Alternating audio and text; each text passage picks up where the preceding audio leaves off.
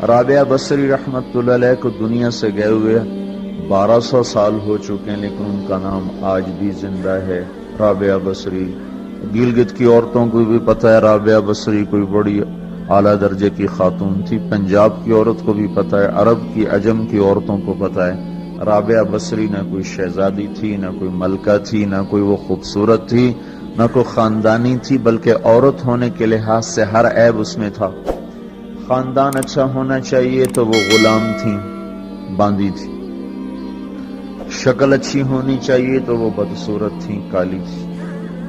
پہ چلو شکل بے کیسی ہو، خاندان کیسا، اولاد کے قابل تو ہو، رابعہ بصری اولاد کے قابل بھی نہیں تھی، بانج اس کو کہتے ہیں، جو عورت اولاد کے قابل نہ ہو اس کو اردو میں بانج کہتے ہیں، عربی میں عقیم کہتے ہیں، آپ کی زبان میں بھی کچھ کہتے ہوں گے، ہیں؟ شونی تھی۔ تو اب بتاؤ عورت ہونے کے لحاظ سے کوئی چیز ہے؟ شکل، پہلا تاثر شکل کالی، دوسرا تاثر خاندان غلام، تیسرا تاثر اولاد کے قابل نہیں، بانج ہے، شونی ہے۔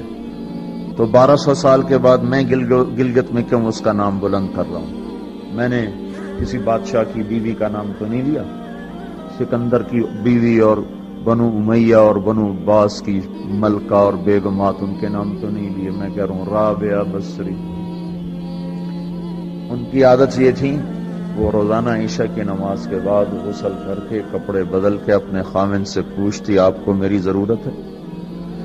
اگر وہ کہتے کوئی نہیں ہے تو پھر پوچھتی مجھے اجازت ہے؟ کہتے اجازت ہے تو پھر مصلی پہ کھڑی ہو جاتی ہے اور فجر کی نماز تک مصلی پر کھڑی رہتی تھی۔ ان کا خاوند جلدی فوت ہو گیا، جوانی میں ہی بیوہ ہو گئی، تو حسن بصری بصرہ کے امام، کیا سارے مسلمانوں کے امام تھے، وہ خود آئے، خود چل کے آئے کہ میں آپ سے شادی کرنا چاہتا ہوں۔ وہ کوئی شادی کا شوق نہیں تھا ان کو، وہ تو اولاد کے قابل نہیں، شکل صرف ان کی نیکی اور ان کا جو اللہ سے تعلق تھا، ان کو یہ لالچ ہوا کہ یہ میری بیوی ہو جائے تو اس کی طفیل شاید میری بخشش ہو جائے۔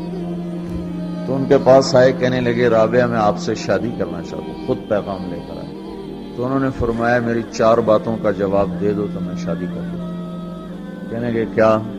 کہ یہ بتاؤ میں جنتی ہوں کہ دوزخی ہوں؟ کہنے لگے یہ تو میں کچھ نہیں کہہ سکتا۔ اچھا یہ بتاؤ جب اللہ تعالیٰ قیامت میں اعمال نامے اڑائے گا، کسی کے سیدھے ہاتھ میں آئے گا، کسی کو الٹے ہاتھ میں آئے گا، میرے سیدھے ہاتھ میں آئے گا کہ الٹے ہاتھ میں آئے گا؟ کہنے لگے یہ بھی کچھ نہیں بتا سکتا۔ کہنے لگے اچھا یہ بتاؤ جب اللہ نیکیوں کو تولے گا، کسی کی نیکیاں بڑھ جائیں گی، کسی کے گناہ بڑھ جائیں گے، میرے گناہ زیادہ ہوں گے نیکیاں زیادہ ہوں گی؟ کہا یہ بھی نہیں بتا سکتا۔ کہ اچھا یہ بتاؤ جب لوگ پل صراط سے گزریں گے، کوئی پار نکل جائیں گے، کوئی نیچے گر جائیں گے، تو میں پار نکلوں گی کہ دوزخ میں گروں گی؟ کہنے لگے یہ بھی میں نہیں بتا سکتا۔ تو پھر فرمایا اچھا جاؤ مجھے تیاری کرنے دو، مجھے ان 4 باتوں کی تیاری کرنی ہے، میرے پاس شادی کے لیے وقت کوئی نہیں ہے۔ ایک دن اٹھی، سالن پکانے کے لیے سالن ہانڈی، دیکھا تو پیاز کوئی نہیں، اب پیاز کاٹ کے ہانڈی میں ڈالا جاتا ہے۔ اب پریشان بیٹھی ہیں، نہ کوئی بیٹا، نہ بیٹی، نہ خامد، نہ بھائی، نہ کوئی خادمہ۔ اب سوچ میں پڑی پیاز کہاں سے لوں؟ اوپر سے ایک چیل اڑتی ہوئی جا رہی تھی، اس کے پنجوں میں پیاز تھا۔